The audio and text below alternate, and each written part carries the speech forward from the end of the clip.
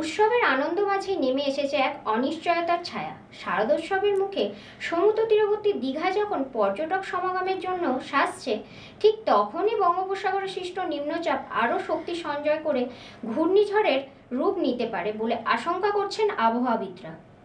শারদোৎসবের মুখে সমুদ্র তীরবর্তী দীঘা যখন পর্যটক সমাগমের জন্য সাজছে, ঠিক তখনই আবহাওয়া দপ্তরের সতর্কবার্তা নামছে। বঙ্গোপসাগরে সৃষ্ট নিম্নচাপ আরও শক্তি সঞ্চয় করে ঘূর্ণিঝড়ের রূপ নিতে পারে। এর প্রভাবে সমুদ্র উত্তাল আর উপকূলীয় এলাকায় বন্যা ও প্রাকৃতিক দুর্যোগের আশঙ্কা দেখা দিয়েছে। দীঘা, মন্দারমণি, শঙ্করপুর, তাজপুর ও উদয়পুরে ইতিমধ্যেই সমুদ্রের ঢেউ অস্বাভাবিকভাবে ফুলছে। জেলা প্রশাসন ও বিপর্যয় মোকাবিলা দপ্তর উপকূলবর্তী মানুষদের সতর্ক করছেন এবং প্রয়োজনে নিরাপদ স্থানে সরিয়ে নিয়ে যাওয়ার প্রস্তুতি চলছে। পর্যটকদের সতর্ক থাকার পরামর্শ দেওয়া হচ্ছে। সমুদ্রে সাঁতার কাটা নিষিদ্ধ করা হয়েছে এবং হোটেল মালিকদের নির্দেশ দেওয়া হয়েছে পর্যটকদের নিরাপত্তার দিকে বিশেষ নজর দিতে। দীঘার শঙ্করপুর হোটেলিয়ার্স অ্যাসোসিয়েশনের সভাপতি সুশান্ত পাত্র জানান, পর্যটক এবং স্থানীয়দের নিরাপত্তা এখন প্রধান উদ্বেগের বিষয়, কিন্তু এ নিয়ে চিন্তার কোনো কারণ নেই। আমরা সব রকমের প্রস্তুতি ইতিমধ্যেই সেরে ফেলেছি, দুশ্চিন্তার কোনো কারণ নেই। না, নিম্নচাপ তো সরে যাচ্ছে।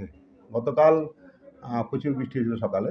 আমরা দেখেছেন যে পরশুদিন থেকে বৃষ্টি হচ্ছিল। গতকাল সকালে খুব ভারী বৃষ্টি হয়েছিল। তো বিকালের দিকে সামান্য বৃষ্টি হয়েছে। আজকে কিন্তু মেঘলা আকাশ সকাল ছিল, এখন কিন্তু পরিষ্কার হয়েছে আকাশ। তো আশা করি নিম্নচাপ সরে যাচ্ছে, আর পুজো হয়তো সমস্যা হবে বলে মনে হয় না।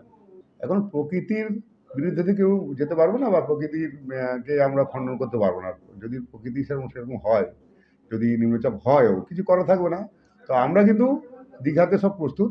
দীঘাতে যতগুলো পুজো মণ্ডপ আছে সবাই কিন্তু পরিকাঠামো ভালো করেছে। যত ঝড়ঝাপটা হলেও বা বৃষ্টি হলেও খুব সমস্যা হবে বলে মনে হয় না। হ্যাঁ, না আসা নয়, সবাই আসবেন। আর দীঘাতে মূলত লোকে আসে এই ঝড়ঝাপটা দেখতে বা সমুদ্রের জলোচ্ছ্বাস দেখতে আসে। তো যখনই দেখবেন প্রাকৃতিক দুর্যোগ হচ্ছে বলে শোনা যাচ্ছে, তখনই লোকটা কিন্তু বাড়ে দীঘাতে।